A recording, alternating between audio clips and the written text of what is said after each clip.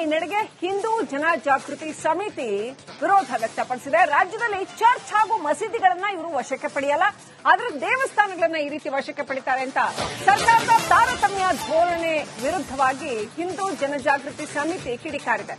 ಧಾರ್ಮಿಕ ದತ್ತಿ ಇಲಾಖೆ ಭ್ರಷ್ಟಾಚಾರದ ಕೂಪವಾಗಿದೆ ಅಂತ ಹಿಂದೂ ಜನಜಾಗೃತಿ ಸಮಿತಿ ವಕ್ತಾರ ಮೋಹನ್ ಗೌಡ ಆಕ್ರೋಶ ವ್ಯಕ್ತಪಡಿಸಿದ್ದಾರೆ.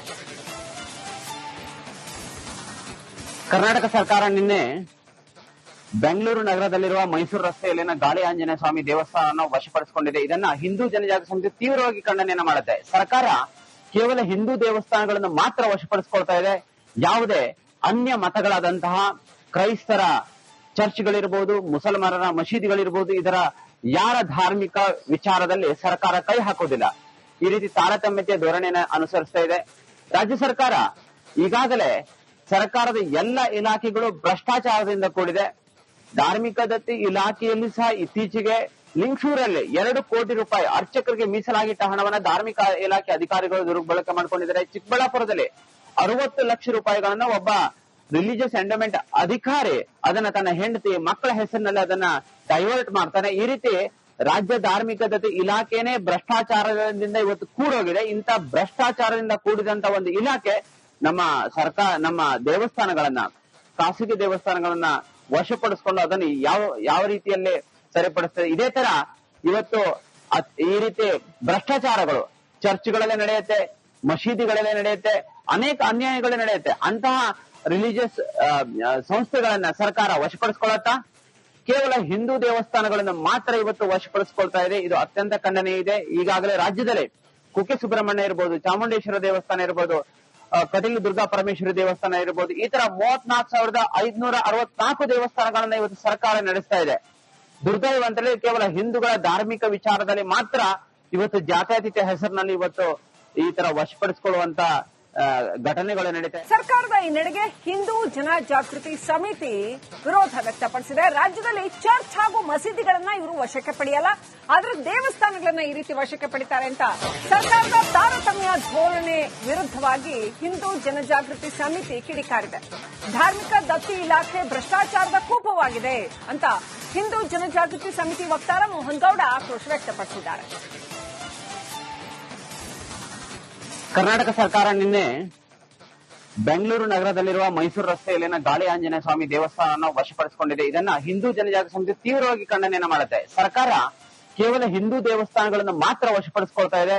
ಯಾವುದೇ ಅನ್ಯ ಮತಗಳಾದಂತಹ ಕ್ರೈಸ್ತರ ಚರ್ಚ್ಗಳಿರ್ಬೋದು, ಮುಸಲ್ಮಾನರ ಮಸೀದಿಗಳಿರ್ಬೋದು, ಇದರ ಯಾರ ಧಾರ್ಮಿಕ ವಿಚಾರದಲ್ಲಿ ಸರ್ಕಾರ ಕೈ ಹಾಕೋದಿಲ್ಲ. ಈ ರೀತಿ ತಾರತಮ್ಯತೆ ಧೋರಣೆಯನ್ನು ಅನುಸರಿಸ್ತಾ ಇದೆ. ರಾಜ್ಯ ಸರ್ಕಾರ ಈಗಾಗಲೇ ಸರ್ಕಾರದ ಎಲ್ಲ ಇಲಾಖೆಗಳು ಭ್ರಷ್ಟಾಚಾರದಿಂದ ಕೂಡಿದೆ.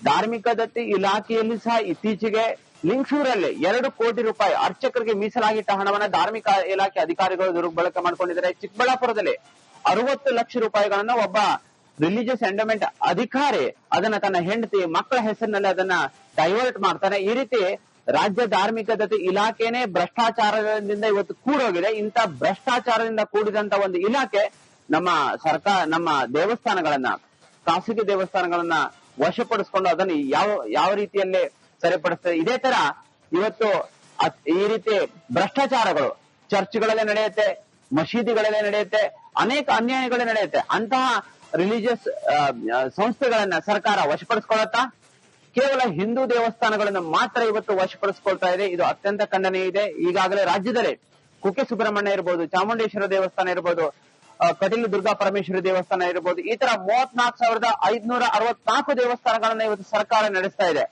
ದುರ್ದೈವ ಅಂತೇಳಿ ಕೇವಲ ಹಿಂದೂಗಳ ಧಾರ್ಮಿಕ ವಿಚಾರದಲ್ಲಿ ಮಾತ್ರ ಇವತ್ತು ಜಾತ್ಯತೀತ ಹೆಸರಿನಲ್ಲಿ ಇವತ್ತು ಈ ತರ ವಶಪಡಿಸಿಕೊಳ್ಳುವಂತ ಘಟನೆಗಳು ನಡೀತಾ ಇದೆ. ಸರ್ಕಾರದ ಈ ನಡೆಗೆ ಹಿಂದೂ ಜನಜಾಗೃತಿ ಸಮಿತಿ ವಿರೋಧ ವ್ಯಕ್ತಪಡಿಸಿದೆ. ರಾಜ್ಯದಲ್ಲಿ ಚರ್ಚ್ ಹಾಗೂ ಮಸೀದಿಗಳನ್ನ ಇವರು ವಶಕ್ಕೆ ಪಡೆಯಲ್ಲ, ಆದ್ರೆ ದೇವಸ್ಥಾನಗಳನ್ನ ಈ ರೀತಿ ವಶಕ್ಕೆ ಪಡಿತಾರೆ ಅಂತ ಸರ್ಕಾರದ ತಾರತಮ್ಯ ಧೋರಣೆ ವಿರುದ್ಧವಾಗಿ ಹಿಂದೂ ಜನಜಾಗೃತಿ ಸಮಿತಿ ಕಿಡಿಕಾರಿದೆ. ಧಾರ್ಮಿಕ ದತ್ತಿ ಇಲಾಖೆ ಭ್ರಷ್ಟಾಚಾರದ ಕೂಪವಾಗಿದೆ ಅಂತ ಹಿಂದೂ ಜನಜಾಗೃತಿ ಸಮಿತಿ ವಕ್ತಾರ ಮೋಹನ್ ಗೌಡ ಆಕ್ರೋಶ ವ್ಯಕ್ತಪಡಿಸಿದ್ದಾರೆ. ಕರ್ನಾಟಕ ಸರ್ಕಾರ ನಿನ್ನೆ ಬೆಂಗಳೂರು ನಗರದಲ್ಲಿರುವ ಮೈಸೂರು ರಸ್ತೆಯಲ್ಲಿನ ಗಾಳಿ ಆಂಜನೇಯ ಸ್ವಾಮಿ ದೇವಸ್ಥಾನವನ್ನು ವಶಪಡಿಸಿಕೊಂಡಿದೆ. ಇದನ್ನ ಹಿಂದೂ ಜನಜಾಗೃತಿ ಸಮಿತಿ ತೀವ್ರವಾಗಿ ಖಂಡನೆಯನ್ನ ಮಾಡುತ್ತೆ. ಸರ್ಕಾರ ಕೇವಲ ಹಿಂದೂ ದೇವಸ್ಥಾನಗಳನ್ನು ಮಾತ್ರ ವಶಪಡಿಸಿಕೊಳ್ತಾ ಇದೆ. ಯಾವುದೇ ಅನ್ಯ ಮತಗಳಾದಂತಹ ಕ್ರೈಸ್ತರ ಚರ್ಚ್ಗಳಿರ್ಬೋದು, ಮುಸಲ್ಮಾನರ ಮಸೀದಿಗಳಿರ್ಬೋದು, ಇದರ ಯಾರ ಧಾರ್ಮಿಕ ವಿಚಾರದಲ್ಲಿ ಸರ್ಕಾರ ಕೈ ಹಾಕೋದಿಲ್ಲ. ಈ ರೀತಿ ತಾರತಮ್ಯತೆ ಧೋರಣೆಯನ್ನು ಅನುಸರಿಸ್ತಾ ಇದೆ.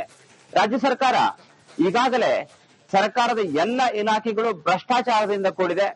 ಧಾರ್ಮಿಕ ದತ್ತಿ ಇಲಾಖೆಯಲ್ಲಿ ಸಹ ಇತ್ತೀಚೆಗೆ ಲಿಂಗಸೂರಲ್ಲಿ 2 ಕೋಟಿ ರೂಪಾಯಿ ಅರ್ಚಕರಿಗೆ ಮೀಸಲಾಗಿಟ್ಟ ಹಣವನ್ನ ಧಾರ್ಮಿಕ ಇಲಾಖೆ ಅಧಿಕಾರಿಗಳು ದುರ್ಬಳಕೆ ಮಾಡಿಕೊಂಡಿದ್ದಾರೆ. ಚಿಕ್ಕಬಳ್ಳಾಪುರದಲ್ಲಿ 60 ಲಕ್ಷ ರೂಪಾಯಿಗಳನ್ನ ಒಬ್ಬ ರಿಲಿಜಿಯಸ್ ಎಂಡೋಮೆಂಟ್ ಅಧಿಕಾರಿ ಅದನ್ನ ತನ್ನ ಹೆಂಡತಿ ಮಕ್ಕಳ ಹೆಸರಿನಲ್ಲಿ ಅದನ್ನ ಡೈವರ್ಟ್ ಮಾಡ್ತಾನೆ. ಈ ರೀತಿ ರಾಜ್ಯ ಧಾರ್ಮಿಕ ದತ್ತಿ ಇಲಾಖೆನೇ ಭ್ರಷ್ಟಾಚಾರದಿಂದ ಇವತ್ತು ಕೂಡೋಗಿದೆ. ಇಂಥ ಭ್ರಷ್ಟಾಚಾರದಿಂದ ಕೂಡಿದಂತ ಒಂದು ಇಲಾಖೆ ನಮ್ಮ ನಮ್ಮ ದೇವಸ್ಥಾನಗಳನ್ನ, ಖಾಸಗಿ ದೇವಸ್ಥಾನಗಳನ್ನ ವಶಪಡಿಸಿಕೊಂಡು ಅದನ್ನು ಯಾವ ರೀತಿಯಲ್ಲಿ ಸರಿಪಡಿಸ್ತದೆ. ಇದೇ ತರ ಇವತ್ತು ಈ ರೀತಿ ಭ್ರಷ್ಟಾಚಾರಗಳು ಚರ್ಚ್ಗಳಲ್ಲೇ ನಡೆಯುತ್ತೆ, ಮಸೀದಿಗಳಲ್ಲೇ ನಡೆಯುತ್ತೆ, ಅನೇಕ ಅನ್ಯಾಯಗಳೇ ನಡೆಯುತ್ತೆ. ಅಂತಹ ರಿಲಿಜಿಯಸ್ ಸಂಸ್ಥೆಗಳನ್ನ ಸರ್ಕಾರ ವಶಪಡಿಸಿಕೊಳ್ಳುತ್ತಾ ಕೇವಲ ಹಿಂದೂ ದೇವಸ್ಥಾನಗಳನ್ನು ಮಾತ್ರ ಇವತ್ತು ವಶಪಡಿಸಿಕೊಳ್ತಾ ಇದೆ. ಇದು ಅತ್ಯಂತ ಖಂಡನೀಯ ಇದೆ. ಈಗಾಗಲೇ ರಾಜ್ಯದಲ್ಲಿ ಕುಕ್ಕೆ ಸುಬ್ರಹ್ಮಣ್ಯ ಇರ್ಬೋದು, ಚಾಮುಂಡೇಶ್ವರ ದೇವಸ್ಥಾನ ಇರ್ಬೋದು, ಕಟೀಲು ದುರ್ಗಾ ಪರಮೇಶ್ವರಿ ದೇವಸ್ಥಾನ ಇರ್ಬೋದು, ಈ ತರ 34,564 ದೇವಸ್ಥಾನಗಳನ್ನ ಇವತ್ತು ಸರ್ಕಾರ ನಡೆಸ್ತಾ ಇದೆ. ದುರ್ದೈವ ಅಂತೇಳಿ ಕೇವಲ ಹಿಂದೂಗಳ ಧಾರ್ಮಿಕ ವಿಚಾರದಲ್ಲಿ ಮಾತ್ರ ಇವತ್ತು ಜಾತ್ಯತೀತ ಹೆಸರಿನಲ್ಲಿ ಇವತ್ತು ಈ ತರ ವಶಪಡಿಸಿಕೊಳ್ಳುವಂತ ಘಟನೆಗಳು ನಡೀತಾ ಇದೆ. ಸರ್ಕಾರದ ಈ ನಡೆಗೆ ಹಿಂದೂ ಜನಜಾಗೃತಿ ಸಮಿತಿ ವಿರೋಧ ವ್ಯಕ್ತಪಡಿಸಿದೆ. ರಾಜ್ಯದಲ್ಲಿ ಚರ್ಚ್ ಹಾಗೂ ಮಸೀದಿಗಳನ್ನ ಇವರು ವಶಕ್ಕೆ ಪಡೆಯಲ್ಲ, ಆದ್ರೆ ದೇವಸ್ಥಾನಗಳನ್ನ ಈ ರೀತಿ ವಶಕ್ಕೆ ಪಡಿತಾರೆ ಅಂತ ಸರ್ಕಾರದ ತಾರತಮ್ಯ ಧೋರಣೆ ವಿರುದ್ಧವಾಗಿ ಹಿಂದೂ ಜನಜಾಗೃತಿ ಸಮಿತಿ ಕಿಡಿಕಾರಿದೆ. ಧಾರ್ಮಿಕ ದತ್ತಿ ಇಲಾಖೆ ಭ್ರಷ್ಟಾಚಾರದ ಕೂಪವಾಗಿದೆ ಅಂತ ಹಿಂದೂ ಜನಜಾಗೃತಿ ಸಮಿತಿ ವಕ್ತಾರ ಮೋಹನ್ ಗೌಡ ಆಕ್ರೋಶ ವ್ಯಕ್ತಪಡಿಸಿದ್ದಾರೆ. ಕರ್ನಾಟಕ ಸರ್ಕಾರ ನಿನ್ನೆ ಬೆಂಗಳೂರು ನಗರದಲ್ಲಿರುವ ಮೈಸೂರು ರಸ್ತೆಯಲ್ಲಿನ ಗಾಳಿ ಆಂಜನೇಯ ಸ್ವಾಮಿ ದೇವಸ್ಥಾನವನ್ನು ವಶಪಡಿಸಿಕೊಂಡಿದೆ. ಇದನ್ನ ಹಿಂದೂ ಜನಜಾಗೃತಿ ಸಮಿತಿ ತೀವ್ರವಾಗಿ ಖಂಡನೆಯನ್ನ ಮಾಡುತ್ತೆ. ಸರ್ಕಾರ ಕೇವಲ ಹಿಂದೂ ದೇವಸ್ಥಾನಗಳನ್ನು ಮಾತ್ರ ವಶಪಡಿಸಿಕೊಳ್ತಾ ಇದೆ. ಯಾವುದೇ ಅನ್ಯ ಮತಗಳಾದಂತಹ ಕ್ರೈಸ್ತರ ಚರ್ಚ್ಗಳಿರ್ಬೋದು, ಮುಸಲ್ಮಾನರ ಮಸೀದಿಗಳಿರ್ಬೋದು, ಇದರ ಯಾರ ಧಾರ್ಮಿಕ ವಿಚಾರದಲ್ಲಿ ಸರ್ಕಾರ ಕೈ ಹಾಕೋದಿಲ್ಲ. ಈ ರೀತಿ ತಾರತಮ್ಯತೆ ಧೋರಣೆಯನ್ನು ಅನುಸರಿಸ್ತಾ ಇದೆ. ರಾಜ್ಯ ಸರ್ಕಾರ ಈಗಾಗಲೇ ಸರ್ಕಾರದ ಎಲ್ಲ ಇಲಾಖೆಗಳು ಭ್ರಷ್ಟಾಚಾರದಿಂದ ಕೂಡಿದೆ.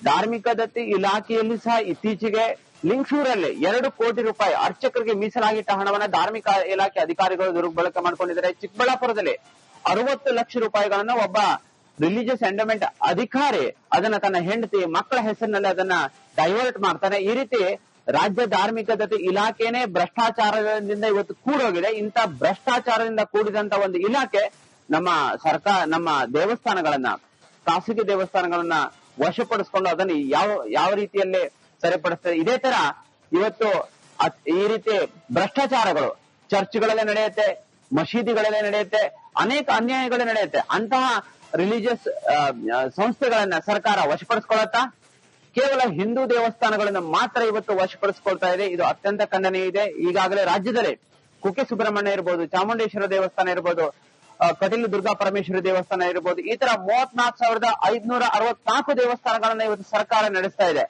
ದುರ್ದೈವ ಅಂತೇಳಿ ಕೇವಲ ಹಿಂದೂಗಳ ಧಾರ್ಮಿಕ ವಿಚಾರದಲ್ಲಿ ಮಾತ್ರ ಇವತ್ತು ಜಾತ್ಯತೀತ ಹೆಸರಿನಲ್ಲಿ ಇವತ್ತು ಈ ತರ ವಶಪಡಿಸಿಕೊಳ್ಳುವಂತ ಘಟನೆಗಳು ನಡೀತಾ ಇದೆ.